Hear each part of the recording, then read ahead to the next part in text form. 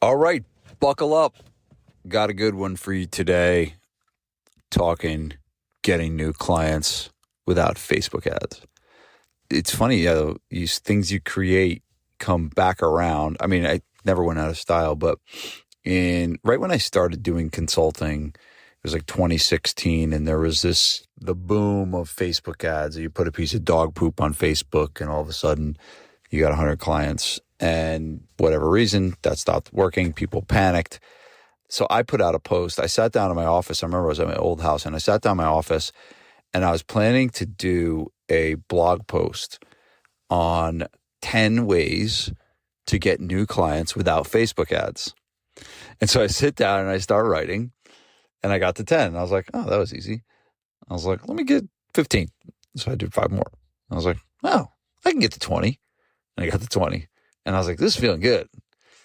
And I literally got to 101 ways to get new customers without Facebook ads. Now, some of them are not direct. Not every one of them is like a direct client. Some of them will take a little longer than others.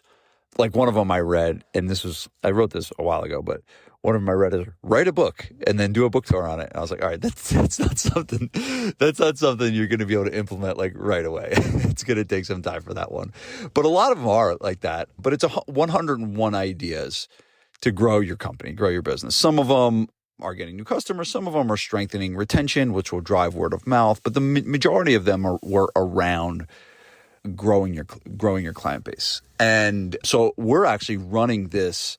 We kind of beefed it up. The original blog post was literally just a list of things to do. It wasn't actually like it wasn't actually like a book. It was really just like a list of 101 ways. It's just like the first one is reach out to your past members. And it's just like, that's so simple and so stupid, but a lot of people don't do that. Like you hopefully are thinking that like, yeah, Vince, dumbass. Of course I do that. But a lot of people aren't. And so they need just that, oh yeah, maybe I should do that. That's a place I could go to get new customers. So some were like that. But so I wrote this list, and what I want to do is I'm going to do a couple different podcast episodes. I'm obviously not going to be able to, if I went through all of them and did, color on each one, this would be like, an audio book, So I'm going to like go through that. I have the list in front of me, and I'm going to go through the list and just kind of add my comments to it. But we did re-release this. I mean, there's a landing page to get it. We re-released it. And what I added on top of just the actual thing it was, I added about 100 words describing each one, right? So it's now somewhat of a robust resource for you. You can get it free. The link is in the show notes. I don't have a wicked crazy URL, but actually the URL is too complicated to tell you. So just click the link in the show notes to get it. But basically, so it is. So I sat down, I wrote a list of 10, that list get to 15, and now we're at 101. So let me pull up the list here, and I'm just going to go through each one. So number 1 on the list is call your old members and invite them back. Now, I think that's a key word is call. And again, you could probably use call or text interchangeably, but I think that a lot of times people automate things that should not be automated. I'm not saying they shouldn't have an automated email sequence that goes out, once a quarter to the past members, and reminds them to come back. But even if it sounds personalized, people kind of know at this point. And I think if you literally just did a personal reach out, one of my favorite, I've been saying this like crazy, but if you're a podcast listener regularly, you've heard me say this, so I apologize. I'm repeating myself. I always screw it up too. An ounce of personalization is worth a pound of automation. An ounce of personalization is worth a pound of automation. And so like picking up the phone and calling a past member to invite them to come back, or sending them a personal text, or sending them a long drawn out email, there's a much better likelihood that someone's going to come back if you do something like that versus like a blanket email that everybody gets, right? So that's kind of the first one. I'm not going to spend too much time on each one. And sorry, if you hear a delay, that means I'm pulling up the list again. So that was number 1. Number 2, optimize your website with a better call to action. I think one of the first things you should understand is your website is not designed to be this brochure where people go and they like browse and look at all the cool stuff and look at all the different exercises and look at the trainer bios and look at all this stuff. The job of your website, it's like you almost got to think you got one shot at it, right? The job of your website is for someone to land on your website. And if they're hopefully a target customer, that they take the next step and give you their email and phone number. That is the number one goal of your website. And I think that a lot of websites are black holes, meaning people are going to the website and they're not coming back. And what I would do is I would have a website that says, like, call it the one-shot website. Like, we got one shot at this. If they come and they leave without getting off their conto, they're gone forever. Right now, if you're smart and someone lands on your website, you're setting up, retargeting, and, you're retargeting them with a Facebook ad or something like that. But this title of this book is 101 Ways to Get Clients Without Facebook Ads. So I'm not allowed to mention Facebook ads in this list. But your website, just have it cleaner for what you want them to do. Make it really clear. And even to the point of like, a lot of people ask if they should put prices on the website. And my answer is no. Should you have a price section? Yes. You should have a tab that says price or investment or whatever, right? And when they click that, there should be a pop-up that goes to a form that says, enter your name, email, phone number, we'll reach out to you with our prices. Simple, right? And a lot of people don't make it clear for what you want them to do on a website. And that's the job. The website is a lead generation tool, and that's what you want people to do. So that was number 2. Optimize your website with a better call to action. Number 3, email your list 3 times per week. I say 3 times per week because I think it's kind of a sweet spot. Majority of people are not sending 1 email a week. And the people who are sending 1, I think they would get better results if they sent 2 or even 3. And so I think it's a really, really great thing to work towards. And understand this is that the reason why I think email is really powerful is a lot of you guys are generating leads on that thing I'm not allowed to mention on this podcast. And you get mad about how it works. Now, I'm not beating up that platform that I'm not allowed to mention, but understand that most people don't buy right away. Most people buy over the next year or so. And actually the study was done. It's like 15% of people buy in the first 90 days and 85% of people buy in the next 100 weeks. So it begs the question for a really well done email newsletter. I think 3 times a week is a sweet spot.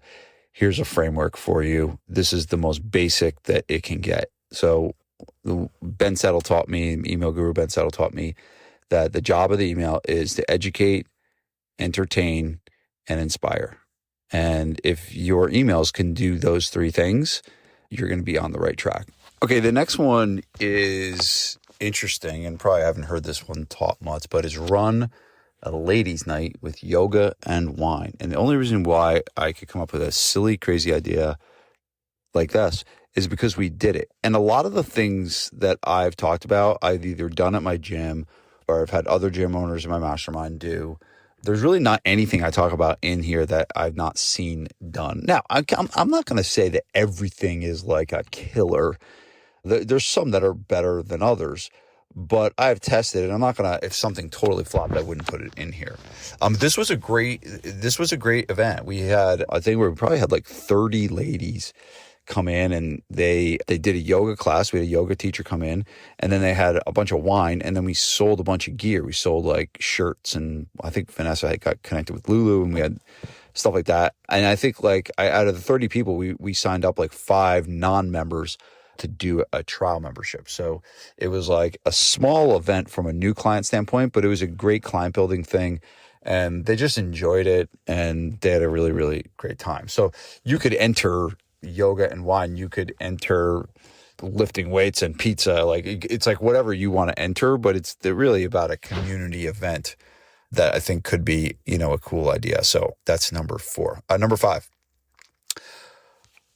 This is a loaded one, so I'm going to gloss over it quickly. And if you're interested in this, I'm gonna make it hard for you to get to me for this one, but I am going to make it worthwhile. So the number 5 is run a sweepstake giveaway. This is the most successful marketing campaign I've ever run. Many people have followed me in doing this, but I was the first person to do it in 2016, and lots of people have followed me since. And essentially what it is you do a giveaway, and the giveaway could be a year of free training, it could be 6 weeks of free training, whatever. It's some type of big giveaway, something really, really big that you're going to give away. And the entire thing is built around following up with the people that don't win. So you give something to the winner, but then you have however many people that opt in for this are not winning, and you can offer them some type of a different offer, right? And so if you're offering a year of training, you could offer a free 2 weeks of training to the people that don't win. Now, here's what I'm going to do. We'll see how many of you actually are listening to this. So I have a guidebook for this program. I've sold the guidebook for loads of money. And this is something that I'm just testing right now. I actually don't know how much I sold it for, but I don't even remember. So anyway, so here's how I will give you a free copy of the Sweepstakes Guidebook if you send me an email to my personal email. This will come to me. So my personal email is vince@gabrielfitness.com. And I want you to send me a personal email and write me a nice message to say, please, Vince, please give me the Sweepstakes Guidebook. And if you email me, I will give it to you for free at no cost. Okay, it's my test. This is my test to see, are you out there? Is anybody listening? Am I talking to myself? Is there actually people that listen to this podcast? So I will know if I get maybe one person to get this. And here's the thing. This could change the trajectory of your business. It really could. This is all of a sudden you could flood your business with, what I did. I had 400 leads when I did this the first time. Now, I'm not promising that you'll get that too. We had a very, very large list. We were established in the community. So I'm not promised that you did that. But it is a really, really big opportunity for you to grow something awesome from it. Okay, so that's number 5. Number 6 is create a joint venture with a local physical therapist. Now, that's easy, right? You're like, oh yeah, Vince, good one. So here's what I am going to share with you, and I think this is very helpful. People do a very bad job of teaching joint venture clients how to refer.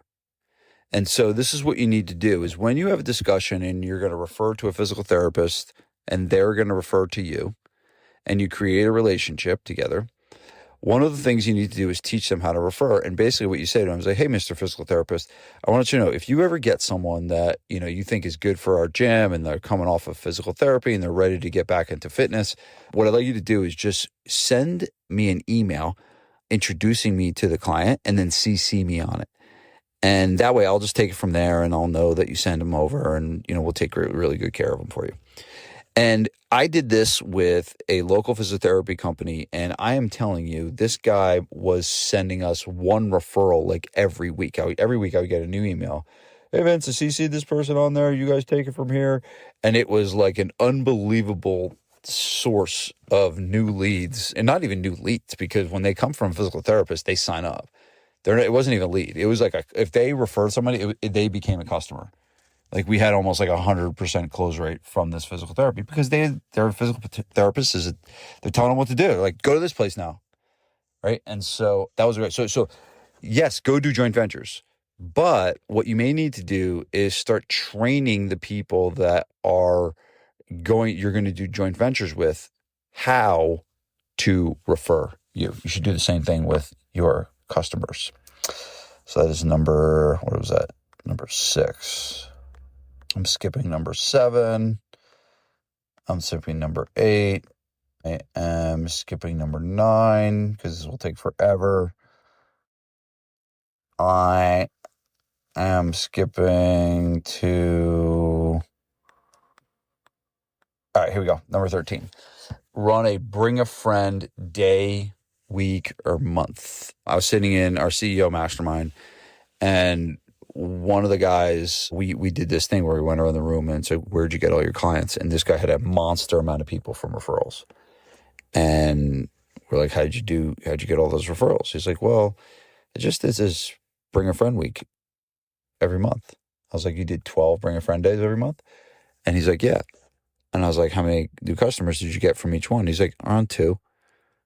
And everyone's like, that's like, guess what 12 times 2 is? It's 24.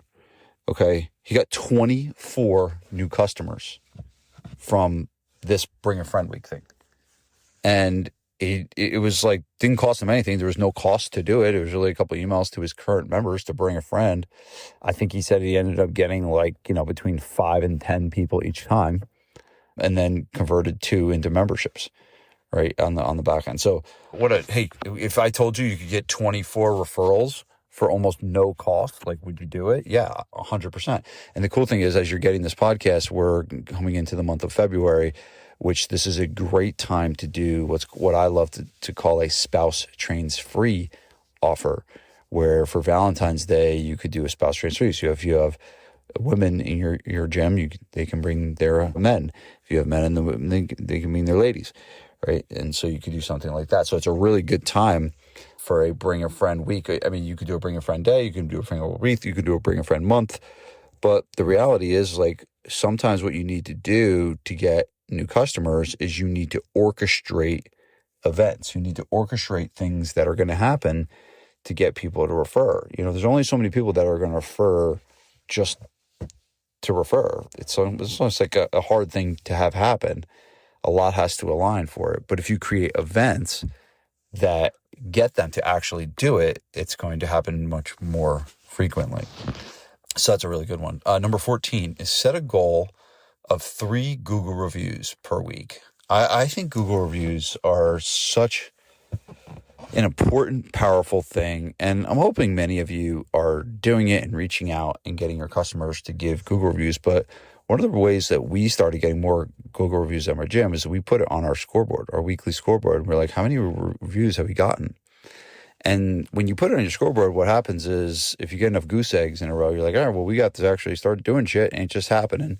And so we started putting things in place, and then we started getting more Google reviews on a regular basis. But I think sometimes just setting a goal of a certain number of Google reviews, whether that's Google reviews per week, whether it's Google reviews per month, whatever you want to do, it doesn't matter. But setting some type of a goal around how many Google reviews you're getting would be a very powerful tool. Number 15, and I'm going to stop in a minute because I'm getting fatigued.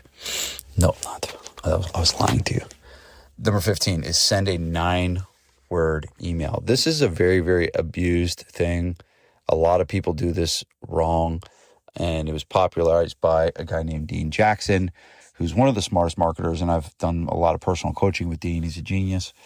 But basically what it is it's a very short question-based email, and it says something along the lines of, hey, first name, are you still interested in personal training? And basically what it kind of feels like, it's a very personalized email because it's a really short question-based email that people aren't used to getting. And what happens is they respond to it. And a funny story about 9-word emails. So I had lunch the other day with the pastor at my church. And we, of course, got to talking marketing because I love talking about marketing.